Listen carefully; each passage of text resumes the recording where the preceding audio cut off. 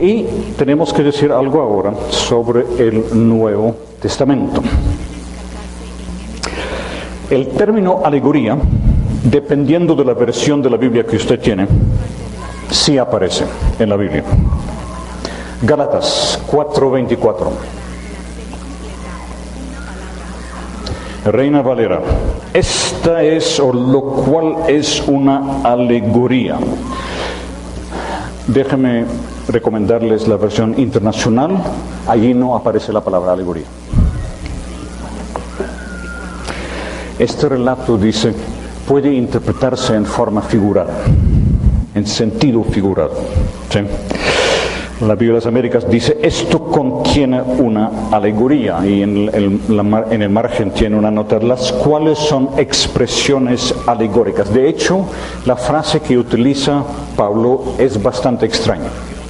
No utiliza un sustantivo, alegoría, utiliza el verbo, alegoreo. ¿Sí? Son alegorúmena. Hagamos unas observaciones. El relato que viene después es sobre Agar y Sara, y se hace la comparación. Agar representa el pueblo de Israel actual que está en esclavitud, porque Agar era esclava. Sara representa la iglesia, lo que es el pueblo de Dios que está en libertad. Unas observaciones. Primero, lo que hace Pablo aquí no es interpretación alegórica al estilo griego, ni tampoco es interpretación alegórica al estilo de Filón. No está usando un texto del Antiguo Testamento para sacar de allí un mensaje filosófico. Lo que ocurre aquí, especialmente si nosotros hacemos la comparación con el argumento que tiene Pablo en Romanos 9, lo que ocurre aquí tiene que ver más con lo que llamamos técnicamente la tipología. Una de las preguntas que se me dieron ayer, ya quería que hablara un poco sobre este tema de la tipología, y vamos a hablar sobre qué es tipología, pero quiero llevarles primero a un texto, 2 de Corintios, capítulo 3, por favor, búsquenlo en su Biblia. Perdone, sí, aquí dice primero, pues 2 de Corintios, no primero, 2 de Corintios, y tenemos que leer toda la porción que va del versículo 1 hasta el versículo 11, porque aquí está el texto que siempre se utiliza para justificar la interpretación alegórica. ¿Cuál es? Porque la letra mata. Eso, ¿no es cierto? Ahí está. ¿Qué es lo que Pablo realmente está diciendo en este pasaje? Algunos sí trajeron Biblia a este seminario sobre el problema del Antiguo Testamento. Versículo 1. ¿Acaso comenzamos otra vez a recomendarnos a nosotros mismos? ¿O acaso tenemos que presentarles o pedirles a ustedes carta de recomendación como hacen algunos? Ustedes mismos son nuestra carta, escrita en nuestro corazón, conocida y leída por todos. Es evidente que ustedes son una carta de Cristo, expedida por nosotros, escrita, no con tinta, sino con el Espíritu del Dios viviente, no en tablas de piedra, sino en tablas de carne, en los corazones. Esta es la confianza que delante de Dios tenemos por medio de Cristo. No es que nos consideremos competentes en nosotros mismos. Nuestra capacidad, nuestra competencia viene de Dios. Él nos ha capacitado para ser servidores de un nuevo pacto, no el de la letra, sino el del Espíritu. Porque la letra mata, pero el Espíritu da vida. El ministerio que causaba muerte, el que estaba grabado con letras en piedra, fue tan glorioso que los israelitas no podían mirar la cara de Moisés, debido a la gloria que se reflejaba en su rostro, la cual ya se estaba extinguiendo. Pues bien, si aquel ministerio fue así, ¿no será todavía más glorioso el ministerio del Espíritu? Si es glorioso el ministerio que trae condenación, ¿cuánto más glorioso será el ministerio que trae la justicia? En efecto, lo que fue glorioso ya no lo es si se le compara con esta excelsa gloria. Y si vino con gloria lo que ya se estaba extinguiendo, cuánto mayor será la gloria de lo que permanece. Un contraste que corre por todo el pasaje. ¿Qué es lo que Pablo está contrastando aquí?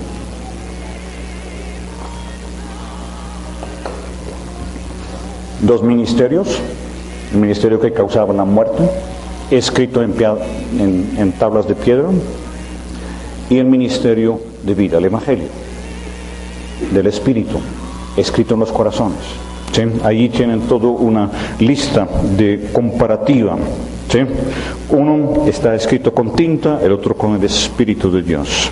Uno en tablas de piedra, el otro en tablas de carne en los corazones. Uno es un pacto de la letra, el otro es un pacto del Espíritu. Uno es ministerio de muerte, otro es ministerio del Espíritu. Uno está grabado con letras en piedra, el otro, por lo que dice al principio del pasaje, escrito por el Espíritu de Dios. El uno trae condenación, el otro trae justicia. ¿Hay alguien aquí que todavía quiere defender que cuando Pablo dice la letra mata pero el Espíritu da vida, está hablando de lo que es el sentido escondido del texto? No. Pablo sencillamente está comparando los dos pactos, los dos ministerios, lo que fue el antiguo pacto a través de Moisés, que fue escrito en piedras, tablas de piedra, y el nuevo pacto, que es el pacto del Espíritu, que está escrito por el Espíritu en los corazones. El texto no es ninguna justificación para uno decir, bueno, no debemos irnos por la letra, porque Pablo lo que dice está escrito en letras. Estas son letras con que él escribe. Están escritos con tinta. Pero el mensaje que él está dando es el mensaje del Evangelio, que el Espíritu Santo mismo escribe en los corazones. ¿Sí? A ver si por fin logramos que la gente deje de mal usar este texto.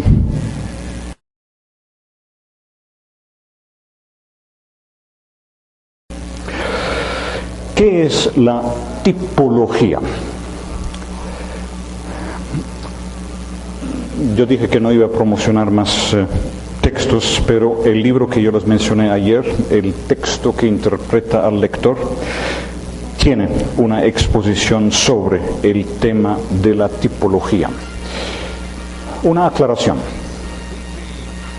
Es importante distinguir entre lo que llamamos tipología en el Nuevo Testamento y lo que llega a ser la tipología en los padres de la Iglesia, en la edad patrística. Son dos cosas bien diferentes. Todavía hoy, cuando usted escucha la palabra tipología, por lo general, tipología es una cosa que está incluida dentro de la interpretación alegórica.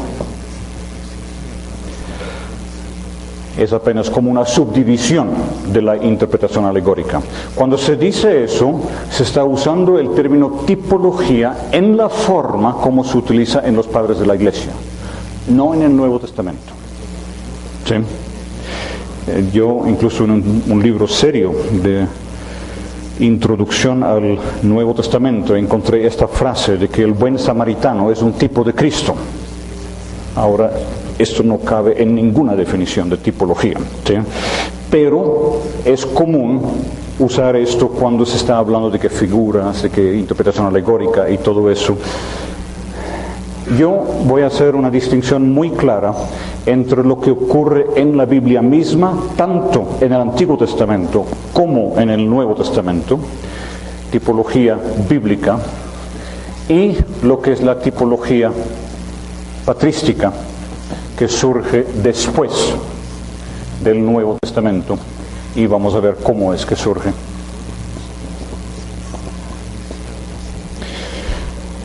Ya dentro del Antiguo Testamento, uno puede encontrar lo que estamos llamando aquí tipología, porque el Antiguo Testamento habla del rey David y dice de que en el futuro el rey David va a gobernar nuevamente. A veces dice David, a veces dice un hijo de David, pero la idea es de que la persona histórica de David anticipa de alguna manera una persona futura, Mesías, un rey que va a venir y que, aún más grande que David, va a restaurar lo que había en el tiempo de David. Una correspondencia histórica. Se establece una correspondencia entre una persona, figura, objeto del pasado con una persona, evento, personaje del futuro. Otro ejemplo. En Isaías, en los primeros capítulos, Isaías 1, 9 y 10, por ejemplo, Dios se refiere dentro de la profecía a la ciudad de Jerusalén como Sodoma y Gomorra. Es una tipología. Se está estableciendo una correspondencia entre las ciudades en el pasado, Sodoma y Gomorra, que tipifican el pecado, la rebeldía contra Dios, y lo que es ahora Jerusalén, supuestamente la ciudad de Dios. Correspondencia. En Isaías, cuando en Isaías 35, por ejemplo, cuando dice Dios, promete de que aunque habrá un exilio, Él mismo va a hacer un camino en el desierto, de que va a dar agua en el desierto, dice de que el retorno del exilio va a ser como la salida de Egipto. Lo que fue el éxodo es un tipo de lo que va a resultar en el futuro. Esos son apenas algunos ejemplos, hay muchos más que se pueden dar dentro del mismo Antiguo Testamento. En el Nuevo Testamento, la palabra misma, tipos, se utiliza con diferentes significados. Cuando lo usa Pablo en 1 Corintios 10, 2 veces se traduce en nuestras versiones como ejemplo. Estas cosas sucedieron como typoi, como ejemplos para nuestra instrucción. Pero cuando Pablo habla en Romanos 5, ayer comentamos sobre eso, donde Pablo establece una correspondencia entre Adán y Cristo. Por un hombre entró el pecado y la muerte, y Dios ahora por un hombre nos trae la justicia, la vida y todo eso. Utiliza allí en Romanos 5:14 el término tipo. ¿Sí? Adán es tipo de Cristo. Hay una correspondencia histórica entre el Adán que hubo en el pasado y Cristo, quien es el nuevo Adán. El mismo argumento que Pablo utiliza en 1 Corintios 15. ¿Sí? El texto que de pronto más nos ayuda, ni siquiera usa la palabra tipos, es el texto de Colosenses capítulo 2, versículos 16 y 17. Donde Pablo dice: así que nadie los juzgue a ustedes por lo que comen o beben, o con respecto a días de fiesta religiosa, luna nueva o día de reposo. Todo esto es una sombra de las cosas que están por venir. La realidad se halla en Cristo. El mismo argumento que desarrolla toda la epístola a los hebreos. Lo que Dios mandó en el Antiguo Testamento, esto anticipa, es algo que prefigura lo que se va a dar en un futuro. Hay una correspondencia histórica entre lo que pasó aquí y lo que se hace realidad en Cristo. De hecho, especialmente en el Evangelio de Juan, cuando se habla de que así como Moisés levantó la serpiente de bronce en el desierto, así el Hijo del Hombre será levantado. Tipología. Este evento se utiliza ahora para ilustrar, para iluminar lo que va a pasar con la persona de Cristo. Cuando Juan el Bautista presenta a Jesús como el Cordero de Dios, está usando el tipo que está desde el Antiguo Testamento, tal vez Cordero de Pascua, más probablemente el Cordero de Isaías 53, y dice: aquí está la realidad. Cuando Jesús mismo dice de que Él es el pan verdadero, Está haciendo la comparación con el pan que Dios dio a Israel en el desierto, el maná. Correspondencia histórica. Lo mismo cuando dice Jesús en Juan 15, yo soy la vid verdadera. En el Antiguo Testamento, ¿cuál es la vid? Israel. Es la vid que Dios ha plantado, Salmo 80, ¿sí? En Oseas, capítulo 10.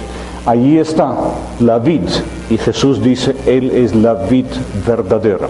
Noten una cosa, en todas estas tipologías, donde se dice que Cristo es el sumo sacerdote, que Cristo es el Melquisedec, de que Él, todas estas tipologías, ¿qué propósito tienen? ¿Acaso cuando Jesús utiliza estas imágenes, cuando se habla de vid, cuando se habla de pan verdadero, es para decirnos cómo debemos interpretar el Antiguo Testamento? No. Es para entender quién es Él. La tipología sirve, si aquí tenemos el Antiguo Testamento, aquí tenemos el Nuevo Testamento, la tipología sirve para ilustrar, iluminar, ayudarnos a entender quién es Jesús, qué es lo que Él vino a hacer, cómo podemos realmente entender el plan que Dios tiene para Él, el papel que Él juega en los designios de Dios. Para eso sirve la tipología. Correspondencia histórica. Se utiliza el Antiguo Testamento como base, como fundamento, para ahora iluminar, ilustrar qué es lo que está pasando en la persona de Jesús. Y después, no solamente la persona de Jesús, porque la tipología también abarca el nuevo pueblo de Dios. Cuando en Primera de Pedro se dice de que nosotros somos nación santa, de que nosotros somos el linaje escogido, ¿qué está haciendo? Está usando los términos que en el Antiguo Testamento se usaban de Israel y los aplica ahora a la iglesia. ¿Sí? Cuando se habla en el Antiguo Testamento del tabernáculo, del templo, y en el Nuevo Testamento se dice de que Jesús estaba hablando del templo de su propio cuerpo. Y luego Pablo nos dice de que como iglesia somos templo de Dios, y aún individualmente nuestro cuerpo es templo del Espíritu Santo. Es tipología. No es para nosotros entender qué quiso decir el Antiguo Testamento. Es para nosotros entender qué es lo que ahora pasa en la persona de Cristo, en la nueva iglesia. ¿Pueden ver eso? ¿Sí? La mejor forma de ver la diferencia entre tipología patrística y la tipología bíblica es que ahora lo que va a pasar en la tipología patrística es que se hace la cosa inversa. Y ahora se utiliza la tipología para decir, cuando el Antiguo Testamento habla del Cordero, como en la Pascua, en Éxodo y todo eso, de hecho estaba hablando de Cristo. ¿Ven la diferencia? Ahora se está usando la tipología como parte de la interpretación alegórica, como una forma de reinterpretar el Antiguo Testamento a la luz del Nuevo. Cuando el propósito de la tipología es ilustrar lo que ocurre en el Nuevo Testamento, lo que ocurre en la venida de Cristo, lo que ocurre cuando nace la nueva iglesia cristiana, ilustrar eso a la luz del Antiguo Testamento. Aquí está el verdadero templo de Dios. Este es el verdadero pan de Dios. Este es el verdadero Israel. Todo esto para ilustrar. Y veremos ahora, este propósito cambia cuando pasamos del periodo apostólico del Nuevo Testamento al tiempo post-apostólico. Para hablar de esta tipología, utilizamos una terminología técnica de tipo y antitipo. Tipo es aquello que se encuentra en el Antiguo Testamento, cuando se dice de que Jesús es el Cordero en el Antiguo Testamento es el tipo y Jesús mismo es el antitipo. Los comentaristas, por lo general, sugieren que cuando usted busca estas correspondencias históricas entre Antiguo Testamento y Nuevo Testamento, por favor, que se limite a aquellos tipos que el mismo Nuevo Testamento señala. Cuando el Nuevo Testamento dice que Melquisedec es un tipo de Cristo, perfecto. Pero si usted después dice, pues yo creo que también José es un tipo de Cristo, busquen primero apoyo bíblico para decir eso. A ver si efectivamente en el Nuevo Testamento se nos dice que José fue un tipo de Cristo, ¿sí? En algunos casos es bastante dudoso. ¿Sansón es un tipo de Cristo? Bastante interesantes. Bueno, dejemos esto. Tratan de limitarse a aquellos casos donde la Biblia misma nos dice de que existe una correspondencia histórica, de que esto en el Nuevo Testamento es efectivamente el antitipo que corresponde a aquel tipo del Antiguo Testamento. Paso otra vez de las tinieblas a la luz.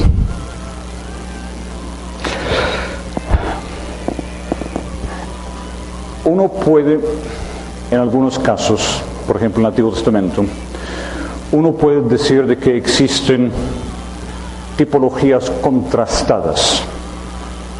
Si usted quiere entender lo que pasa en Génesis, los capítulos 6 al 8, en el diluvio, la única forma de entenderlo es como un deshacer de la creación del capítulo 1. Volviendo al caos donde el agua cubre todo la tierra, ¿sí? Hay, como por decirlo así, una tipología contrastada, ¿sí?